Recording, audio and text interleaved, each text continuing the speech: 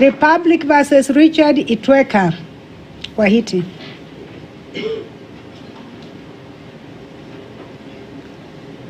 Does the nature of the injuries that the deceased suffered speak to malice aforethought? That case, the court held that severity of the injuries is evident that they were inflicted by a person who had no any other intention than to cause grievous harm and kill.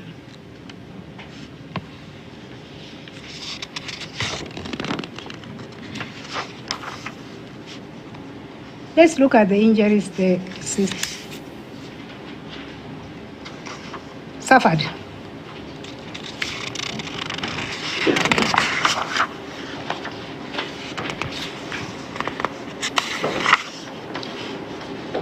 I'll take you to the doctor's evidence.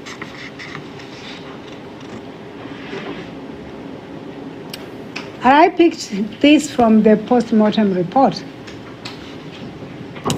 that the deceased airwave had been shot through and through. And the right carotid and the jugular veins had been severed. That is cut through and through. Now, this brings me to what played before this court heavily as I had this case. On very many occasions and during cross-examination, the counsel for the first accused person kept on putting to the witnesses, have you ever slaughtered a goat? And the witnesses would say, yes. And what impression was created in the court's mind? That the manner in which the deceased was killed was akin to slaughtering a goat. And so the argument of the first defendants accused was that if I really killed her the way she was killed, the way a goat is killed, how come the blood didn't go on my cloth? I have had the benefit of looking at the photographs by the scene of crime. And it's very clear that the deceased and the person who killed the deceased did not intend to give her room even for 1 minute to survive. Now, I've said Dr. Njenga said that the airwaves and the jugular veins were cut through and through. So I checked on the functionalities of these organs that were targeted. And this is what I found.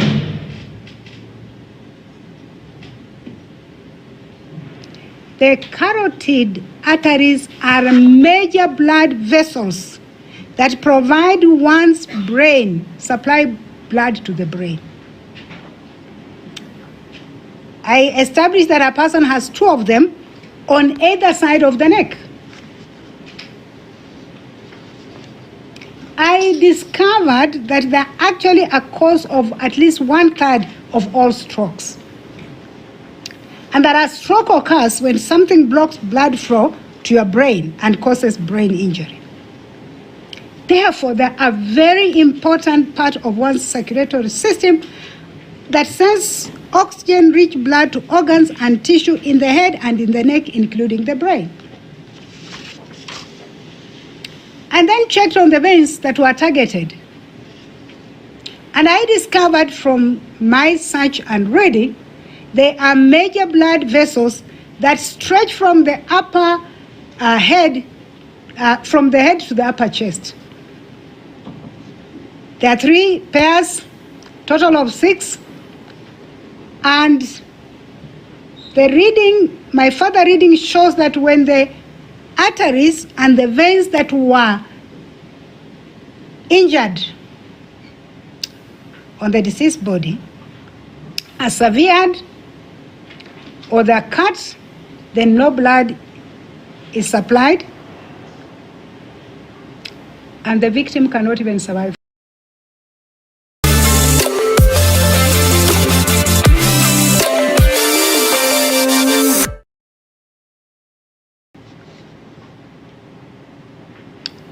I did, and I've made an observation. When you look at those photographs, you don't want to look at them again.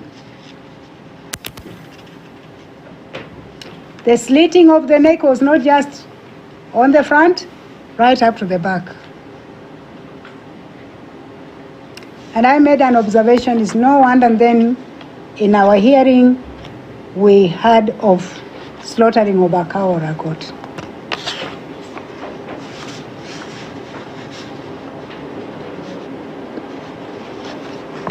The evidence of Chief Inspector Otieno is that the person who committed this offense was not an amateur. He's not a person who has no training in military, or because the way it was done with such precision that you can't go wrong.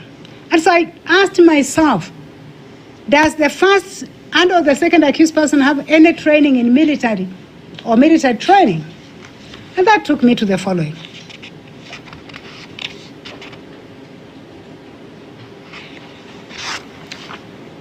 According to the evidence of the prosecution witnesses,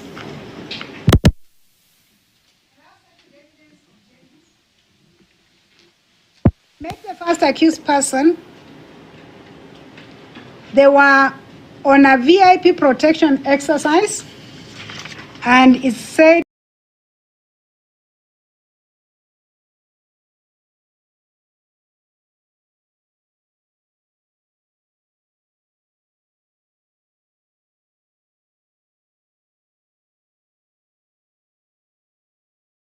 that is when the US president was in Kenya.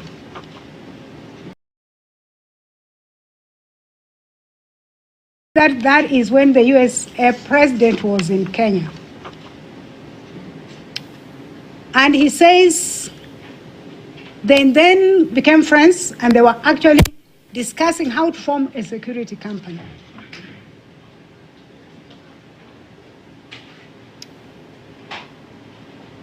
The house help says in her evidence, she asked the second accused person what the first accused person was doing, and the second accused person told her he's a soldier in Dubai.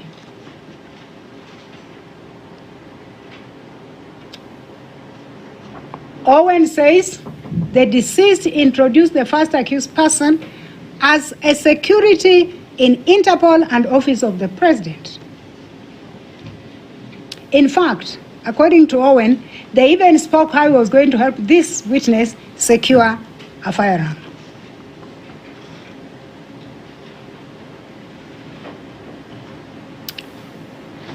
Jennings says that the first accused person told him that he had been working with a security company in Dubai.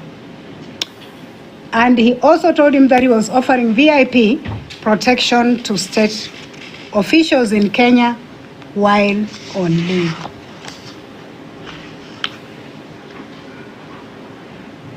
According to Kasaini, he gave the first accused person a gun because he knew the first accused person was working as a private military officer who covered several politicians under an undercover, so to speak.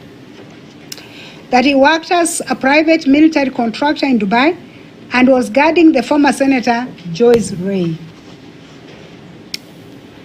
It is the finding of this court that for one to engage in VIP training, they definitely must go through training. And that training would not be too far away from the training offered to a military officer. And if the first accused person went through this and he murdered the deceased, then he had the know-how.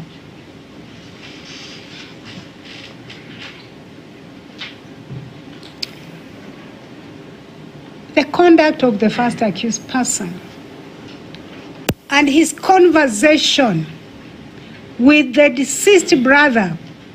When the deceased brother told him, look, can you help me get press? Can you ask your fiancé who is in the media industry? It is in evidence the first accused person told me, forget about the media, they won't help you. I don't know, you are here. I have a private company, let me do it for you. What does that statement speak to?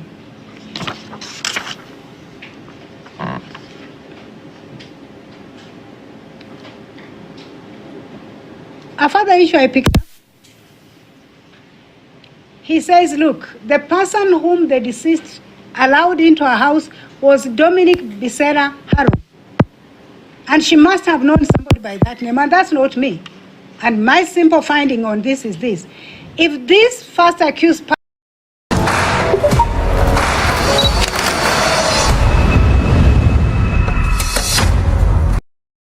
will not quickly volunteer their true identity. And that could inform why, even when he said, I'm Haron, and the deceased, knowing whom he has said he is, would quickly say, let Haron come in. And then in the house gives him his true identity to the other persons in the house as well. So I didn't find it difficult in coming to a conclusion that it is explainable. Is this case based purely on circumstantial evidence? And has the prosecution met the threshold of circumstantial evidence? You'll allow me to just pick extracts from the cases. I'm coming to the tail end of my judgment. Cases that speak to circumstantial evidence. Some very critical areas, I think, will guide my findings.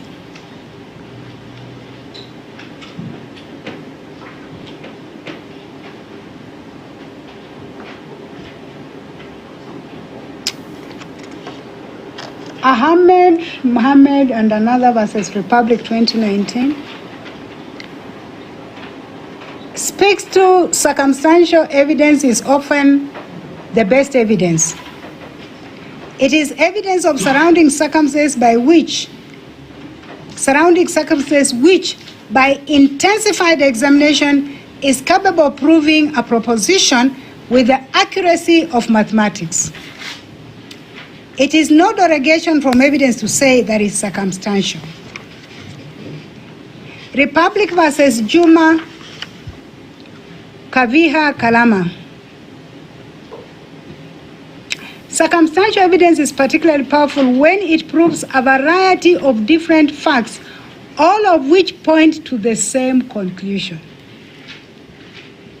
I have given emphasis, my own emphasis, on the following. It works by culminatively in geometrical progression against other possibilities that has been likened to a rope composed of several cords. One strand of a cord might be insufficient to sustain the weight, but 3 strands put together may be quite of sufficient strength.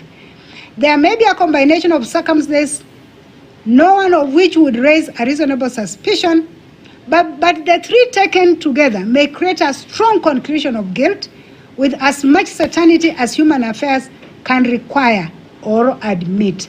Emphasis added.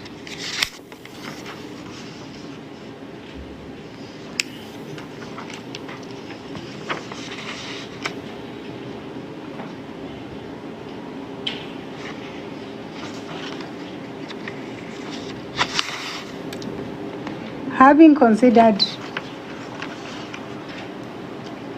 the evidence in this matter, it is the finding of this court, yes. The case is based on circumstantial evidence, but the prosecution has adduced adequate evidence and has met the threshold. And to sum up, did the first accused person kill the deceased? It is the finding of this court. I'll play back for purposes of my finding. The first accused person stole the ID of Dominic Bisera 2 days prior to the commission of the offense, armed himself with a gun, carried a counsel, put it over his cloth, went to Ramuria Gardens, disguised his identity, gained access to the apartment of the deceased, murdered the deceased, left the deceased house, changed his clothes, and eventually went home and burnt the cloth which he wore during the commission of the offense. It is the finding of this court that all this evidence taken culminatively leads to a strong conclusion that the first accused person murdered the deceased.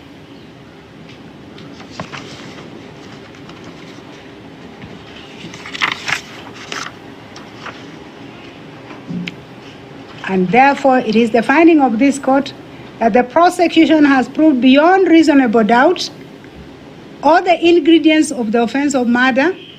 The death occurred, the cause of that death, the person who, and in this case, the first accused, I'm still on the first accused person, committed that offense.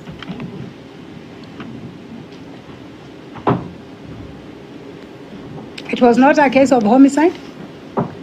Excusable homicide, it was unlawful. And therefore I find the first accused person guilty as charged herein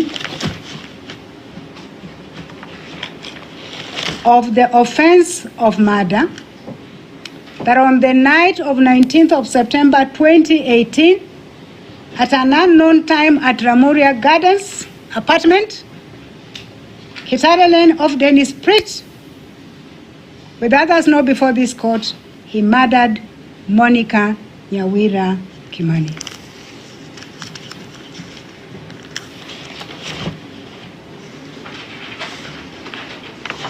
The evidence by the prosecution against the second accused person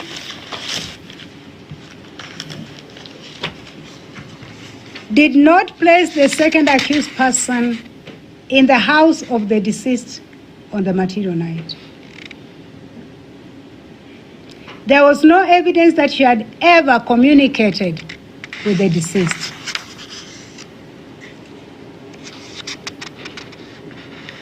The evidence that the prosecution have brought before this court on the second accused person relates to the events of 20th of September 2018, and that is the shooting incident.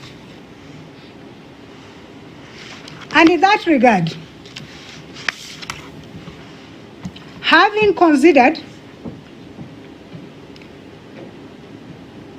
the provisions of Section 129 of the Penal Code of Kenya, and the second accused person having had no objection to her two statements which she gave the police. One, saying that the second accused person, the first accused, was shot in the house, and then retracting that statement the following day, only leads this court to the provisions of Section 129 of the Penal Code, which states as follows. That Section 128 creates an offense, which is an offense of giving information, false information, to a person employed in public service, and states as follows. Whoever gives to any person employed in public service any information which he knows or believes to be false, intending thereby to cause or knowing it to be likely that he will thereby cause the person employed in public service A, to do or omit to do something which the person employed in public service ought not to do or omit, if true state of facts respecting which such information is given were known to him, or two, to use lawful power of the person employed in public service to the injury or annoyance of another, is guilty of a misdemeanor and liable to imprisonment for 3 years. The statement which the second accused person gave to the police on 28th was false. The statement was given to a person in public service. The statement intended that that person investigates that offense. That statement was retracted by the second accused person the following day by a different statement now speaking to what is said to be the truth. There is no timelines in criminal law when you can prefer a charge against a suspect. The Limitation of Actions Act does not apply to criminal offenses. It is my considered view that the charge brought against the second accused person was not the proper charge. Section 157, sorry, not section, Article 157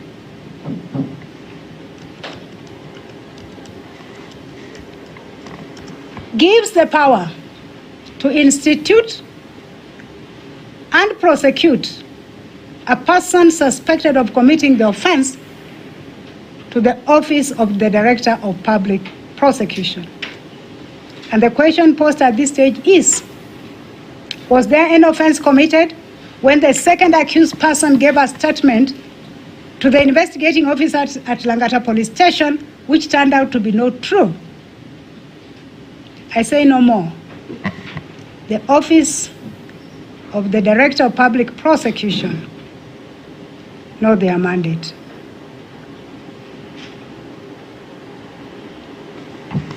The result is that the prosecution did not adduce adequate evidence for this court to find the second accused person guilty of the offense of murder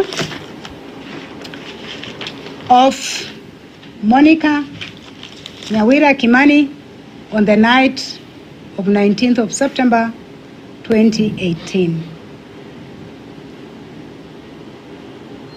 The first accused person is convicted on the charge. The second accused person is acquitted of the offense.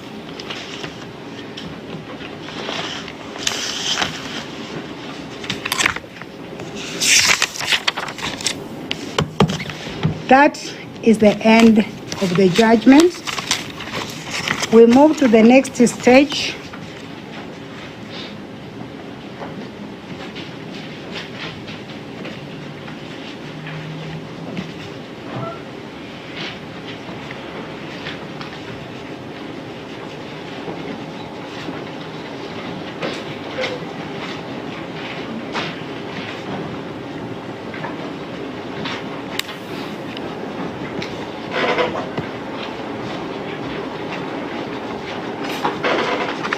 The state you are supposed to go next.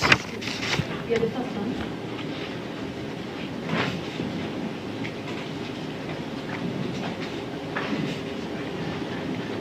So I am expecting the records. Ibene. We'll be asking for what time.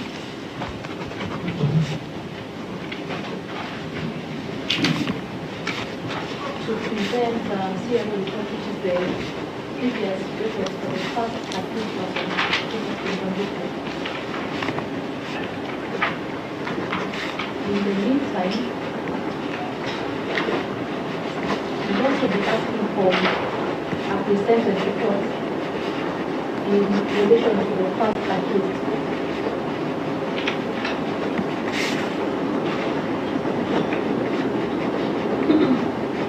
And we'll also be praying that the first accused be remanded at Nairobi remand.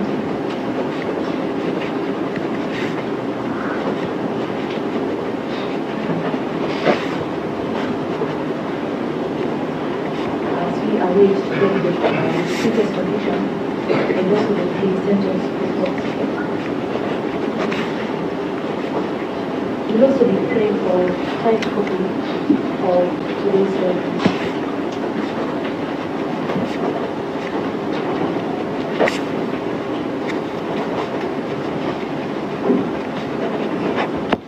Okay. May I know whether Professor Nandwa, you have anything to say? No. The victim's family, Musembi, sorry.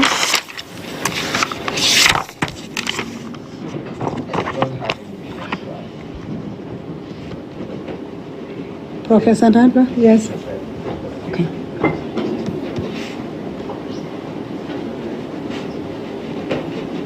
Professor Nando, for the first accused person, you have something you want to tell the court? Your Honor, first of all, we appreciate this honorable court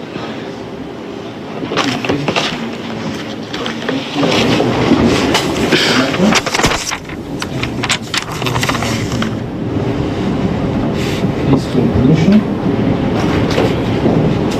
We do pray that we be given time also for us to prepare our application.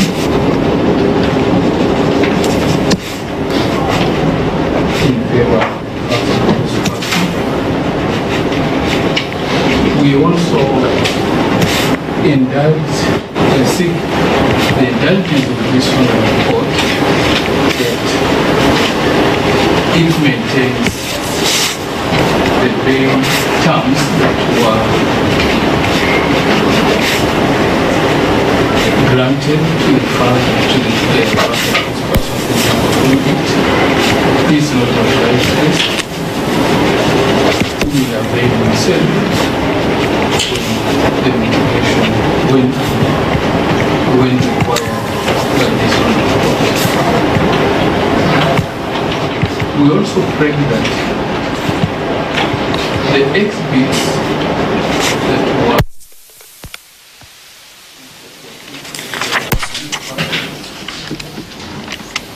which are personal nature, given that the case has been concluded, to be returned to him, and specifically the phones.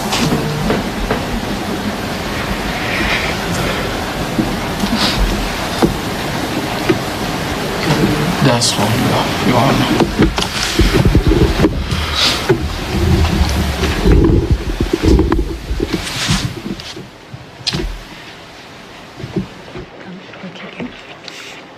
My lady, in the last session we didn't take directions on dressing, so I pray that you excuse me on the dressing that I'm in. Thank you, my lady. The second thing, and which is very important, is to thank you, my lady, for the attention to detail. You clearly gave attention to all the details, both factual, legal, and the issues in between, and we really want you to know that we appreciate as defense your attention to detail. My lady, for the second accused, we want to say,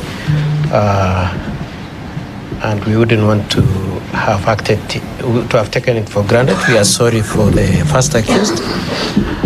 We are grateful for the acquittal on the charge that she was facing.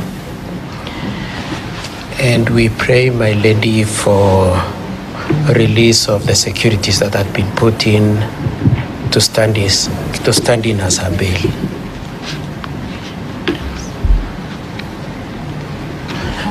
Are you asking for the release of security? Yes, we pray.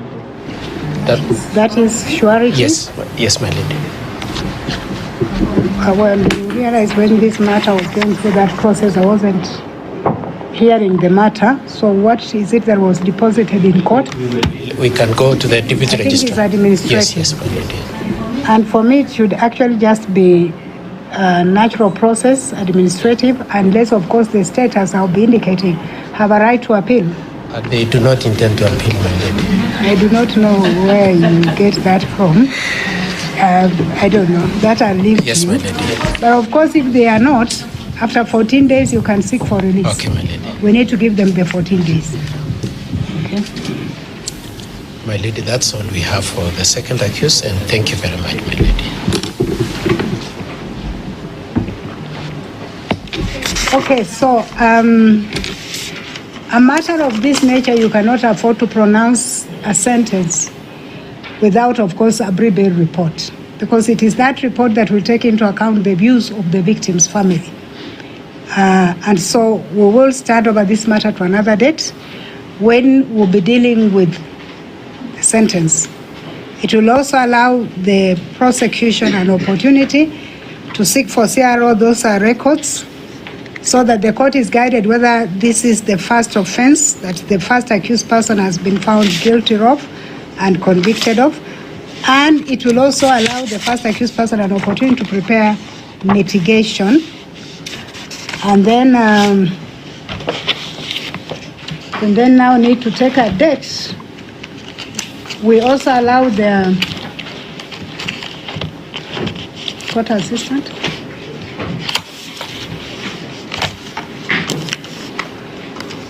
we take a date for dealing with the sentence.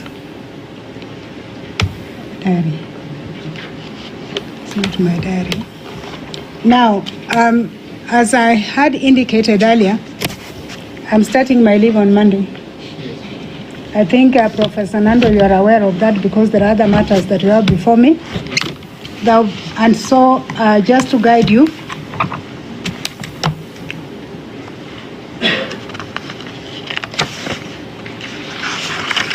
I'll be away from the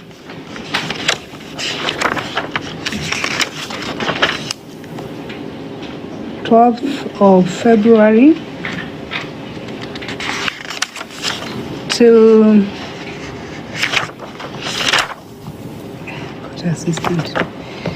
You don't have a diary where I can just quickly pick 24 February. 11th of March.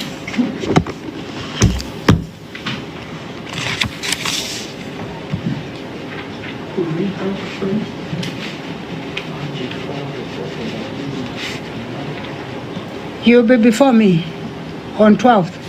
No, I'm in a court of appeal matter only. On 11th. Okay, so you want us to give you the 12th of March? Yes, 4th of March will be convenient. You have two other matters that are coming for judgment before on 8th of March? Yes. 8th of March. 8th of March. Can we make it on the same day? Okay. You are also coming here, my lady. Am I coming here? Yes, 8th of March. Yeah, it's a Friday. I come here on a Friday. Okay, 8th of March. Yeah, okay. I thought we were dealing with those matters virtually, Prof. You want me to come here? Okay. No, That's okay. I can. Okay.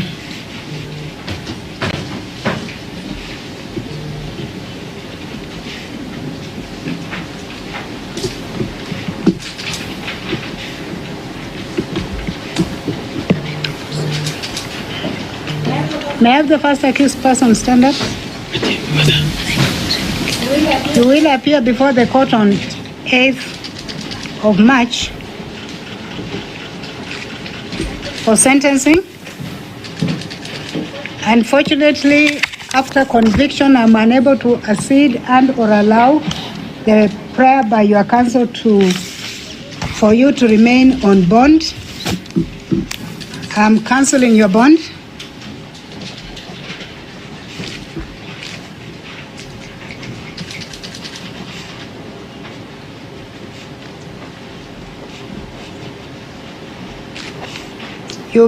You'll be held in custody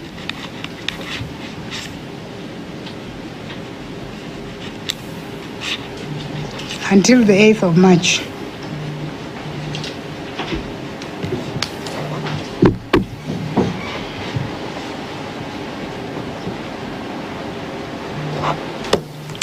Okay? So that is done.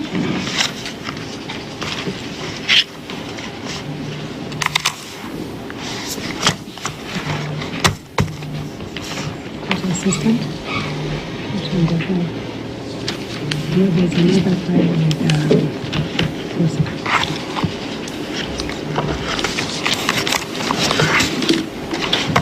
So, as I adjourn court,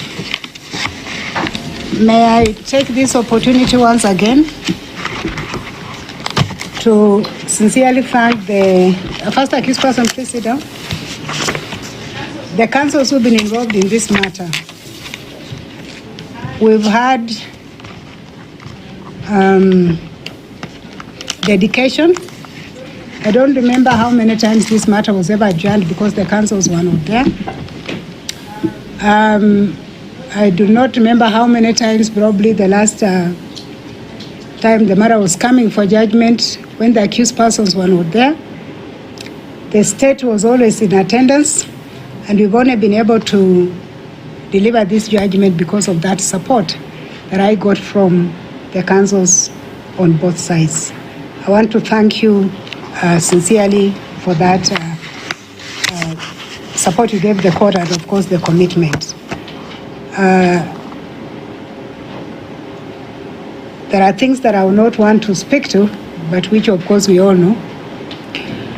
But our general statement is always good to respect the court and just give the court its due respect. We don't sit in this court as in our personal capacity. I believe what I see behind here speaks to the authority of the court. And in most times, the court will not have an opportunity to respond to certain communications. The last bit of it would be me.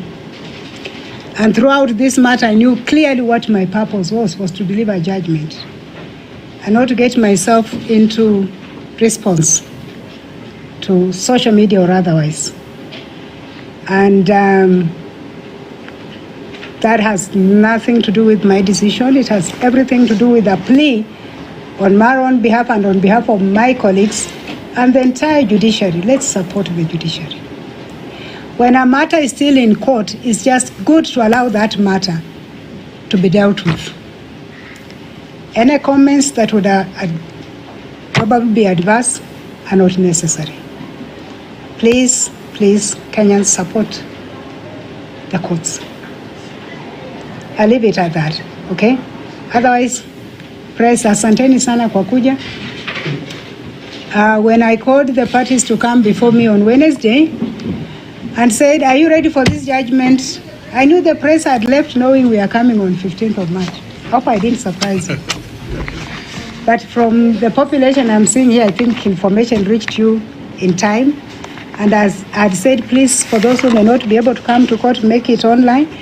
And I had been assured that we'll have an online, but nothing lost. The most important people who needed to be present are in court.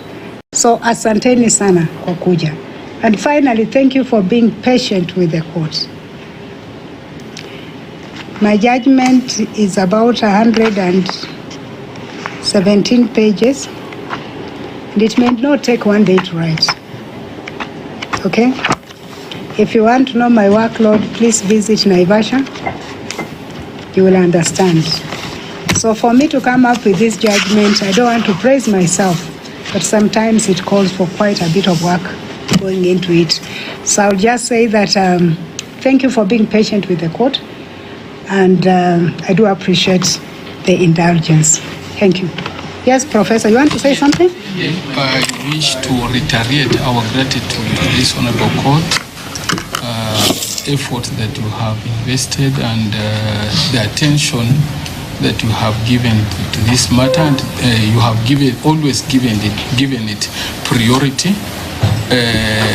We also respect your decision. We may not agree with you, but when we do not agree with you, the law provides for what to do, and therefore rest assured that we respect you, we respect your decision, we shall live with it, and we shall act and do what the law provides for. We appreciate your efforts. You have done your part, and God bless you for that. On behalf of the first accused person and the family, we really appreciate. I remember you allowed adjournment more than 2 because of me. We really appreciate that, and the family on behalf of the convict and also the family, we appreciate and thank you very much, and God bless you. Karibu. I had expected my senior to do this, my lady. I just wanted to say, on behalf of both the accused persons, my lady, we apologize for any excesses that may have emerged in the social media. And the same way you said you thank the gallery for being patient, we want to thank you for your patience, my lady. And lastly, we saw you turn your back and look at the shield there. And we thought that was canon, my lady. Thank you very much, my lady. We want to say we are grateful and we apologize for any excesses, my lady. Thank you.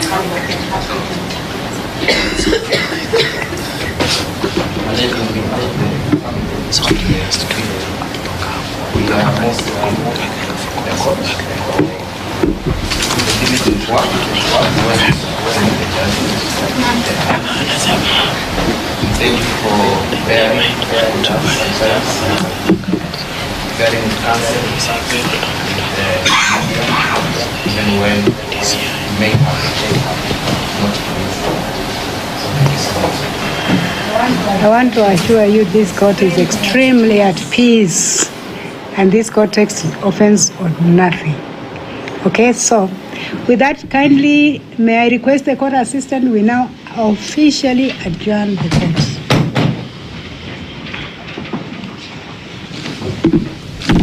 Have a good afternoon.